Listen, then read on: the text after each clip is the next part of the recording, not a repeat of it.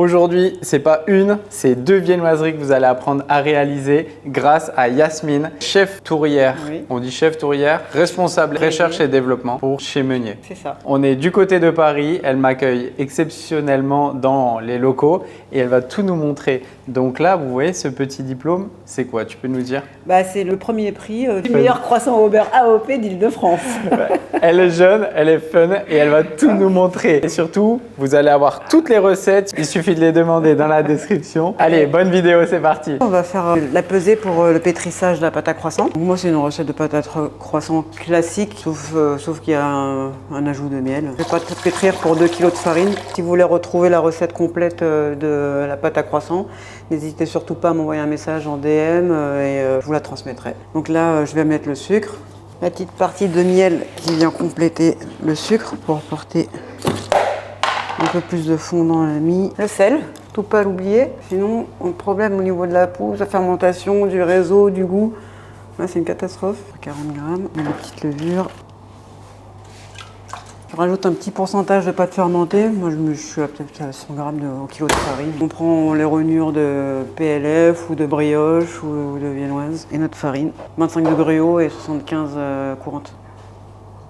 Et là, on a tous les ingrédients dans le pétrin et on est parti pour 8 minutes en première. Et après, je vais d'abord partir sur 6 minutes, mais selon la température qu'il fait, je vais checker pour voir si c'est un peu plus tôt ou un peu plus tard. On règle le minuteur. Et en première. Là, à la fin de la première, on voit que le réseau quand même a commencé pas mal à se former, mais il n'y a pas de force, ça se déchire. Du coup, là, on va continuer le pétrissage en deuxième pour beaucoup plus tirer le gluten et voir le réseau que moi j'aimerais bien avoir pour pouvoir faire mon entourage. Là, je pars sur du 6 minutes en deuxième et après je vais voir. C'est une petite deuxième, ça. Ouais, après je vais voir. Après je vais voir justement. Après, c'est comme là, on est un peu avec de la chaleur et de l'humidité. Parce que j'avais éteint la clim, des fois, en général, on travaille dans une ambiance très très froide. Donc ça, on peut pétrir un peu plus, mais là, je sais pas. Avec la chaleur, peut-être que j'arrêterai un peu. Alors là, je vérifie le réseau. Ça m'a l'air d'être pétri. On étire la pâte. Moi, pour moi, c'est bon. Je vais pas aller plus loin, surtout si c'est pour les formes. On voit, ça résiste bien, même si j'y vais avec les doigts. Et puis, on arrive déjà à voir le voile, quoi. Donc pour moi c'est bon. Donc là je vais peser les pâtons pour pouvoir voir mon pâton nature, puis après mettre de côté le poids dont j'ai besoin pour faire la déclinaison cacao et la déclinaison en rouge. Alors je fleure toujours légèrement mon plan de travail. Là j'ai besoin de 2,4 kg de base. Ça va être pour la partie rouge, ça va être pour la partie cacao.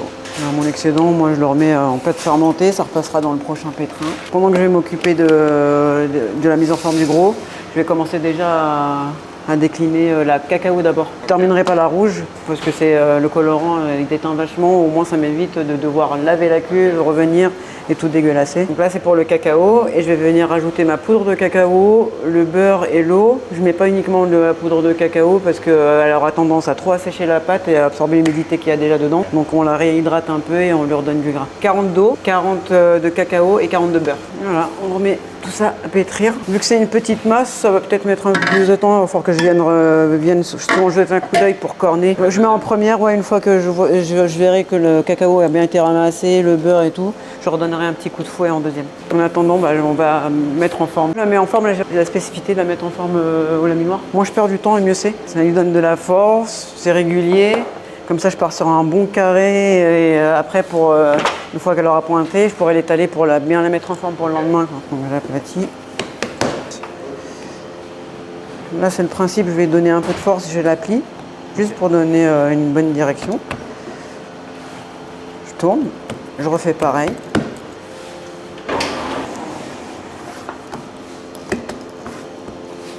Et là, moi j'ai mon bâton qui est mis en forme.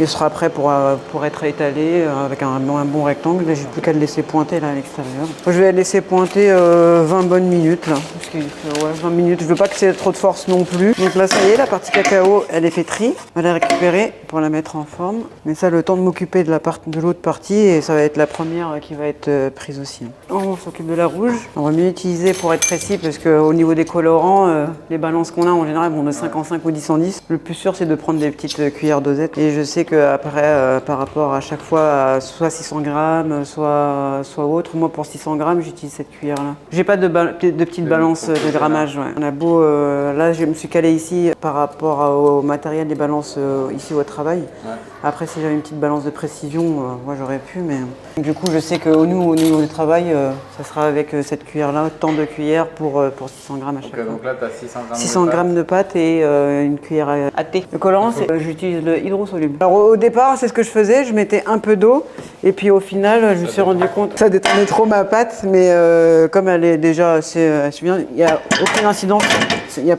Ça absorbe pas l'humidité, ça fait rien ce collant. Donc là, la partie rouge, elle est pétrie. On voit que même sans rajout d'eau ou quoi, ça n'a pas bougé.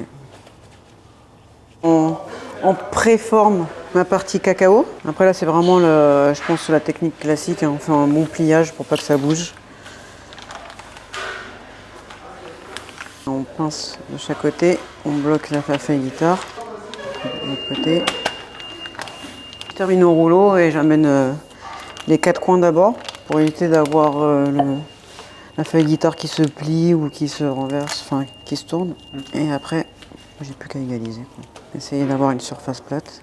Comme ça au moins j'ai mon abaisse cacao prête pour demain. Je vais faire la même chose avec la partie rouge. Là, je fais un bon pli. Là, il ne me reste plus qu'à égaliser comme pour la partie cacao. On réserve de côté et je vais étaler là la partie nature, enfin la dimension que je voudrais demain pour que ça soit prêt à tourer. Il ne me restera plus qu'à étaler mon beurre. Après, c'est une petite rectification à faire selon comment on a étalé le beurre le lendemain. Bah, au moins, ça sera beaucoup plus simple. Alors, toujours le même principe, hein. Moi je donne toujours la largeur. Et maintenant, la petite longueur. Là, avant de le prendre, je vois si c'est assez régulier. Ouais, là, je dois être à peu près à 1 cm. Je viens, je la pose sur mon avant-bras, on la prend délicatement et j'ai plus qu'à la poser. Faire en sorte que ce soit assez droit, assez régulier. Comme ça, on a notre rectangle pour demain. Et je vais mettre au surgélateur d'abord pour bien stopper la fermentation. Okay. Et après, avant de partir, en général, ça dépend. Je peux m'en faire plein d'avance. Soit avant de partir, je le remets en froid positif. Si je sais que ça va être dans 6 heures ou 8 heures que je vais tourer.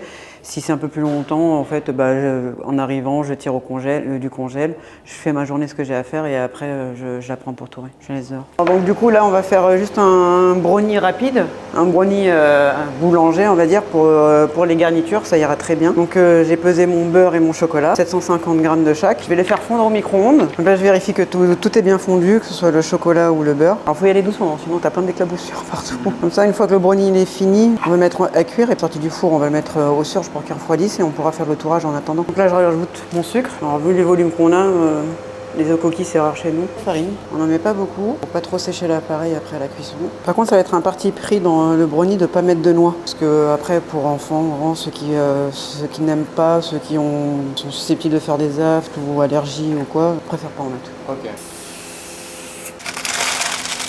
Quand c'est comme ça, si je vois que j'ai ma plaque qui n'est pas droite, j'attends que l'appareil se fige un peu plus. Okay. Sinon, ça va partir avant d'aller au four, ça va partir en sucette.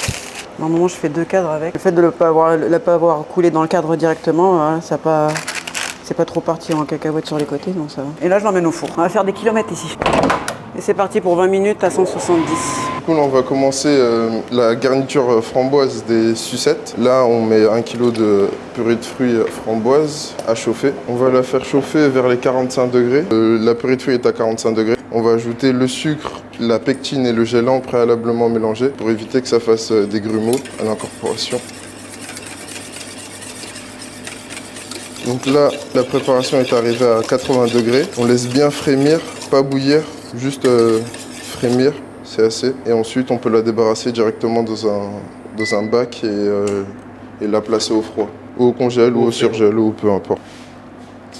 Juste, après, l'idéal au niveau des préparations pour les confits, c'est quand il y a des fruits à repasser, des fraises ou des framboises. Là, nous, on est sur la framboise. on les passe en même temps que la purée pour avoir une meilleure texture et avec des morceaux de pépins. Et ça fait beaucoup plus fruits frais. Donc là, une fois qu'il a bien coulé l'appareil dans le bac, on va filmer au contact et puis on va le réserver au congèle pour bien le redescendre en température et après on pourra l'utiliser. Pour ce fameux boudin là, je pars sur du temps pour temps au niveau de pâte, une pâte colorée au cacao et une pâte croissant nature que j'ai détourné pendant le pétrissage de base. Pas la peine de faire des pétrissages différents. Je vais venir l'étaler au laminoir, faut surtout bien fariner, sinon les rouleaux, l'accroche était foutue. Je donne de la largeur, moi je donne toujours de la largeur, quelles que soient mes pâtes, que ce soit PLF ou en brioche si j'étale, c'est d'abord de la largeur et après la longueur. On va faire pareil avec la pâte nature, à peu près à du 2 mm, un peu moins. Ouais, c'est assez fin parce que du coup après l'un sur l'autre, on va retomber sur une bonne épaisseur. Mais que je vais encore étaler une fois que je vais coller à l'eau. Je vérifie juste si au niveau de la longueur, je suis bien. La dimension des pâtons, on humidifie légèrement pour bien coller les deux couleurs. Alors je fais exprès d'avoir un petit retour au niveau du cacao. Je préfère avoir le petit retour pour la spirale, le cacao qui se retrouve à l'intérieur. Okay. On commence d'abord par bien serrer au départ, pour bien coller parce qu'après quand on va couper des petits tronçons, sinon on risque d'avoir des petites bulles d'air. On serre bien. Une fois qu'on a donné les premiers, après on peut commencer à rouler comme un pain en raisin, en serrant bien, en mettant bien la pression avant de rouler. Je tire et je ramène, je tire et je ramène toujours. Petit coup de rouleau pour sceller à la fin. Et ça, notre boudin, une fois qu'on l'a, je vais le remettre dans un film de guitare et je vais le passer au congélateur pour qu'il soit bien froid et que je puisse couper les tronçons. Ça me laisse le temps de faire le tourage en attendant, de démouler le brownie et tout. Donc ça, je vais l'emmener au surgelé. Là, c'est ma plaque de 2 kg. Du coup, pour avoir le 1 kg, je fais ma petite croix. Je coupe en plein milieu. Ça m'évite de peser. Je suis sûr qu'à peu près, j'ai mon 1 kg. J'étale toujours au laminoir. On fait plus grand chose au rouleau, nous, après. Donc ça, c'est la pâte qui a été pétrie hier. Mais alors, du coup, là, j'ai un pâton, normalement, sur un pâton fini de 3 kg. Sauf que là, comme base, je vais prendre 2,4 kg. Je vais fonctionner sur le même principe qu'un bicolore. Poids total en pâte 3 kg pour 1 kg de beurre, mais là, je tourne 2,4 kg. Et après, les rondins feront comme la baisse pour les bicolores où ça va rajouter le poids. 2,4 kg et 1 kg de beurre. Je vérifie juste par rapport à la dimension d'hier. J'allonge mon pâton un peu. Moi, je remets au milieu. Si des fois le beurre, je tombe pas bien pile poil.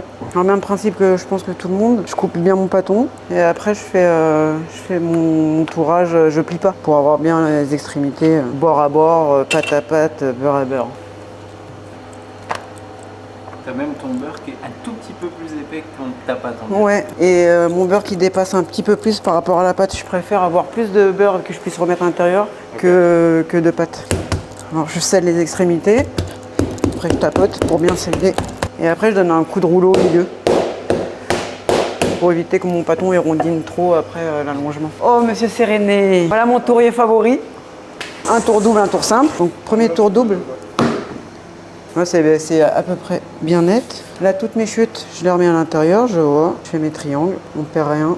Vu que j'ai une pâte moi qui je lui donne assez de force, je la scarifie vraiment. C'est pas juste aux petites oreillettes, mais c'est vraiment je vais d'un bout à l'autre. Et mon petit côté tatillon fait que je vais, avant de replier mon tour double, moi je le repasse au laminoir pour effacer ça. Ça me permet d'avoir tout uniformisé. Okay. Là je finalise. Mon premier tour double, du coup, c'est reparti, je recoupe. Encore une fois, si je le tourne maintenant, là je sais que là où j'avais mon excédent de force, j'ai un petit bourrelet. Et quand je vais l'allonger, j'aurai mon pâton qui va partir un peu en trapèze. Okay. Donc avant ça, je vais aussi pareil lisser ma surface et après je lui donne mon quart. Donc là j'ai donné mon quart de l'autre côté et là je l'allonge pour faire le tour simple. On vérifie la longueur. Et voilà mon pâton.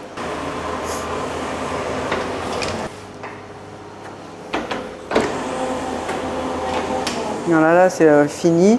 Je vais le remettre au frigo en attendant que le boudin soit pris pour pouvoir après venir le coller comme pour le principe du bicolore sur toute la surface du pâton, les spirales bicolores. Alors il ne faut pas oublier, comme pour les bicolores, là, donner un coup de spray. Et là on voit que ça a pris depuis tout à l'heure.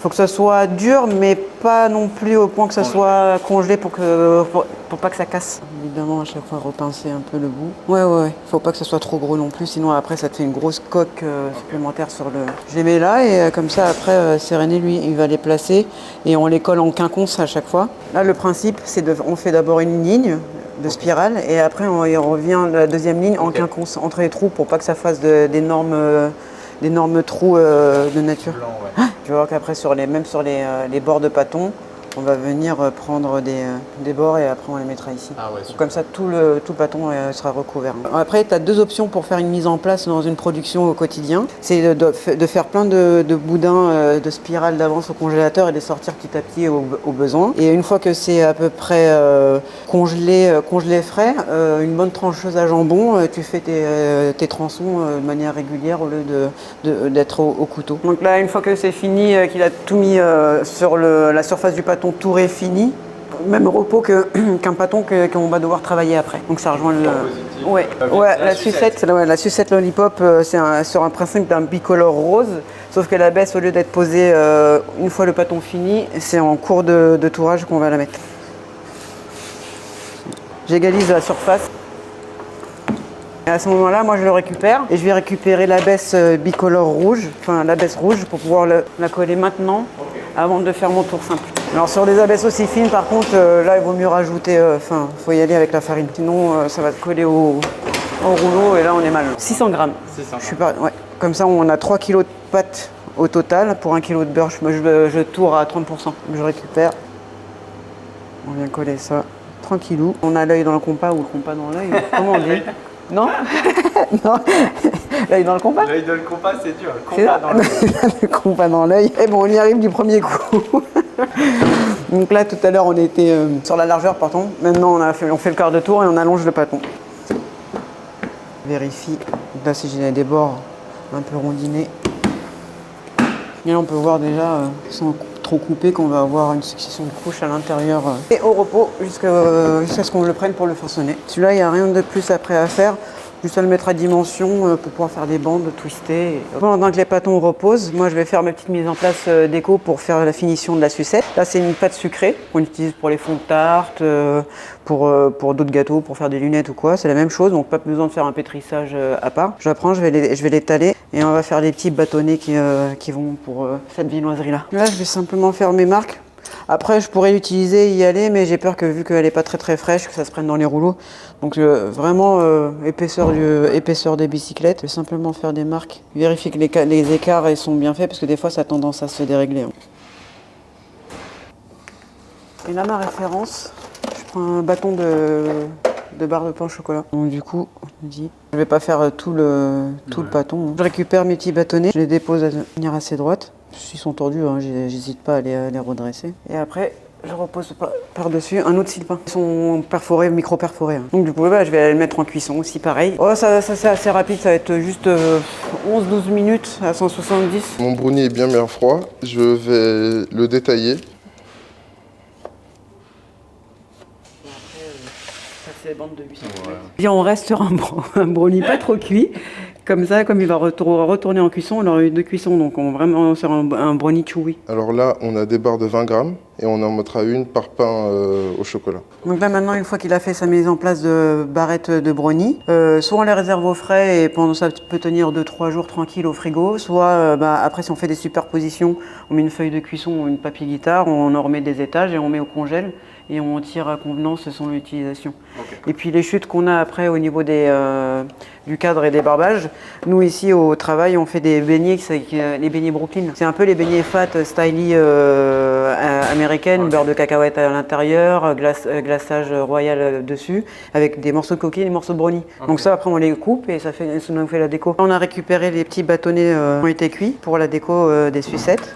Donc je laisse refroidir, mais c'est ce qui va nous faire la petite déco qu'on va pouvoir après insérer et faire une petite illusion, quoi. Là on prend le pâton, une fois qu'il a bien reposé en positif, on va pouvoir le laminer. On lui donne d'abord de la largeur, toujours, avant la longueur. On vérifie moins la largeur du tapis. C'est très bien, ça. Ouais. Ça fait à peu près 60 cm. Là on doit être à 2,8, 2,8,3. Alors je fleure légèrement ma surface. Dérouler notre pâton sur le marbre. La largeur, les 8 cm la largeur des barrettes de brownie. Si on a la chance d'avoir une bicyclette assez régulière. Je fais des légères empreintes pour pouvoir après couper plutôt au couteau. Et comme ça, éviter d'abîmer le feuilletage. Puis là, faut pas que j'oublie que c'est 1 sur 2 pour voir la largeur, la longueur de mon pâton. Puis là, on vient de tailler les rectangles de pain au chocolat.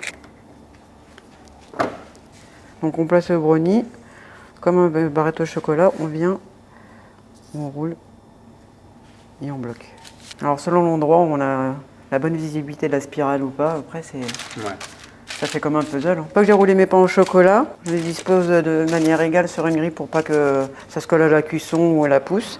Puis là, je vais les mettre en chambre de pousse à 26 degrés, 27 degrés pendant à peu près 2 heures. 2 heures, 2 heures et demie. Pour la sucette, on va les cuire dans des cercles pour éviter que ça s'aplatisse, mais qu'on ait des bords bien réguliers et un peu de hauteur. Donc on va bien graisser tous les cercles. 10 cm et ça font à peu près 2 cm de hauteur. Après la hauteur, si c'est pas très haut, c'est pas grave. Il faut juste pas que ça soit juste 1 cm, la viennoiserie risque de passer par-dessus. Après, je m'assure de prendre le 8 cm de diamètre en disque. Ça, c'est ce qui va me servir pour détailler les fonds. Bon, mon pâton, il est assez froid, ça va. Ça, on pourra le façonner facilement. Allez, on lui donne la largeur d'abord. On est sur à peu près du 1 cm de large. Ah ouais, là, tu as une grosse épaisseur. Ouais, grosse épaisseur parce que les bandes elles vont être fines. Après, on va pouvoir, ça va nous permettre de les twister. Donc, normalement, je vais avoir des bandes d'à peu près 60 cm. Je sais que la réglette, elle fait 60 cm. Ça, je les garde bien, c'est ce qui va me permettre de faire les fonds. Je récupère toutes les chutes pour les fonds. Et là, je fais exprès de prendre un peu plus que les chutes. Là, mon pâton il est encore froid. Si j'avais été dans une ambiance chaude ou quoi, j'aurais remis mes chutes au frigo avant de les rétaler. Okay. Mais là, je peux y aller. Je vais l'étaler et pendant qu'on va pouvoir détailler les bandes, ça va reposer étalé. Et on va pouvoir après détailler les disques pour faire les fonds. J'ai la mine assez fin par contre. Par rapport à l'autre, ouais. Là, je suis vraiment une épaisseur beaucoup plus fine. Hein. Et ça va au froid et après on va les détailler les disques. Là je pars sur à peu près 1 cm aussi de largeur. 1 cm par 1 cm, ça fait normalement je devrais avoir sur un carré. Là je viens, je prends, je twist.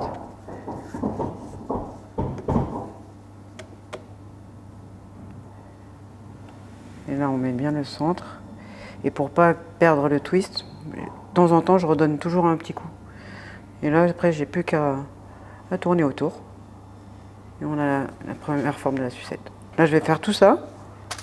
Je vais les façonner et après, je vais les reprendre une fois qu'on aura détaillé les disques. On va mettre le disque, la compoter et on repose ça par-dessus. Ouais, on doit être à peu près à du 80 grammes. Là, plus la semelle, on est à peu près sur du 80 grammes. Ouais. Le poids d'une viennoiserie classique. Ouais. Là, je récupère mes fonds, les chutes. Je prends mon disque de 8 cm de diamètre.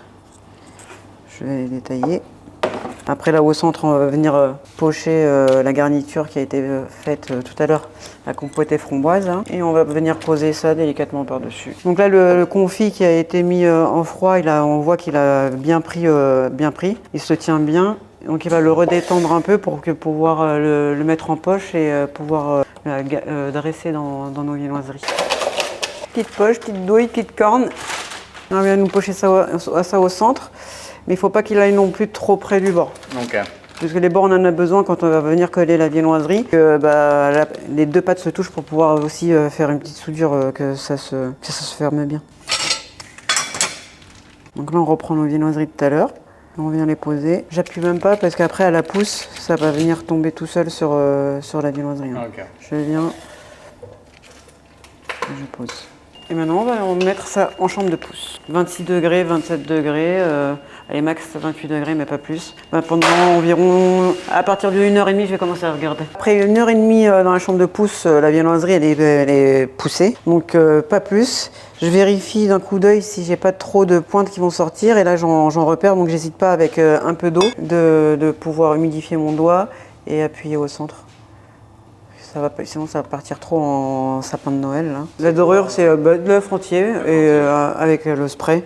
Ça nous évite de perdre du temps avec un pinceau. J'abuse pas parce que de toute façon à la sortie du four, je vais mettre un coup de sirop pour pouvoir lui donner de la brillance. Donc là mon four, je l'ai chauffé. Donc c'est parti pour 16 petites minutes.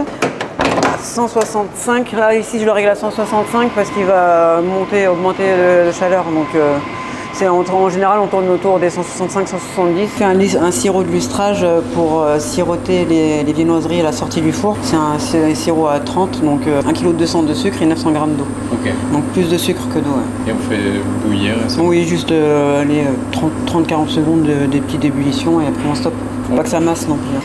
La sortie du four, on va directement les mettre sur le marbre là pour pouvoir aller les siroter tant que c'est chaud. Quoi. Ok, attention. Alors là, tant que c'est sorti du four, on va venir les siroter avec le sirop à 30 qu'on a fait tout à l'heure pour bien apporter de la petite brillance à la viennoiserie et que le sirop adhère bien aussi à la pâte. C'est important d'avoir soit un sirop chaud et une viennoiserie froide, soit une viennoiserie chaude et un sirop froid. Je vais faire avant que la viennoiserie recolle au cercle avec le sirop. Je décercle tant que ça n'a pas encore figé.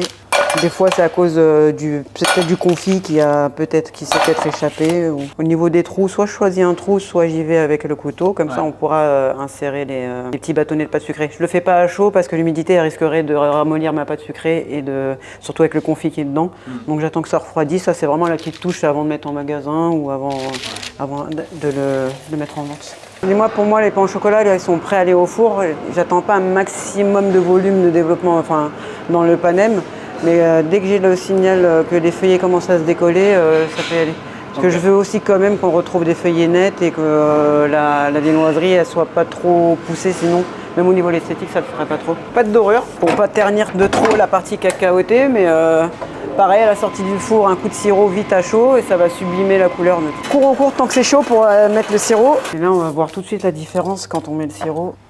La viennoiserie elle prend une autre couleur directe. Celui-là, j'ai une petite ouverture, juste j'exagère un peu la petite fente, mais tout ça pour pas trop forcer et casser mon bâtonnet. Ouais. Après, c'est vraiment la tête que je mets, je l'enfonce pas plus que ça. Parce que après, au bout d'un moment, dans la vitrine ou quoi, la pâte sucrée elle va s'imbiber avec l'humidité et ça risque de ramollir, de casser. C'est vraiment la première tête.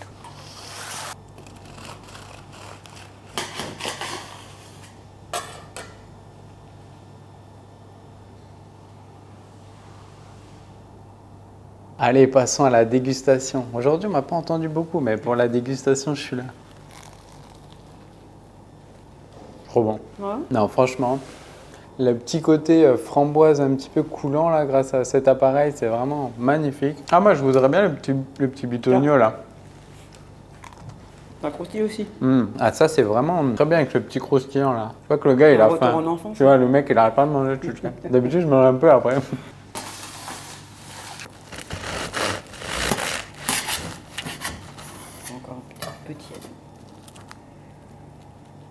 Dégustation, acte 2. Là, le petit intérieur. Franchement, celui-là, il a l'air magnifique aussi. Trop bon. Il est encore tiède. Le brownie, il est encore bien humide. Nous, l'intérêt de faire une pré-cuisson, pas le cuire trop le brownie. Ouais, donc le brownie, il est à mettre selon vos envies. Hein. Donc, surtout respectez bien cette cuisson, pas trop élevée. Et si vous voulez mettre le côté un petit peu croustillant, on peut mettre quoi? Des noix, des noix de pécan. Ça peut être très sympa, ça. Des pépites de chocolat. Allez, les amis, on se quitte sur ces magnifiques petites viennoiseries. Merci beaucoup, Yas. Franchement, merci à toi, Fabrice. C'était un régal. Je suis très heureux d'être monté, de découvrir ton univers ici. N'hésitez pas à vous suivre le lien sous la vidéo. Vous allez lui poser toutes les questions. Vous lui envoyez un petit message sur Insta, elle va vous répondre. Avec plaisir. Avec plaisir, voilà, j'aurais pas pu dire mieux. Merci beaucoup, merci à la team qui est là-bas, qui rigole. Merci, et à bientôt, à vous de jouer. Ciao, ciao.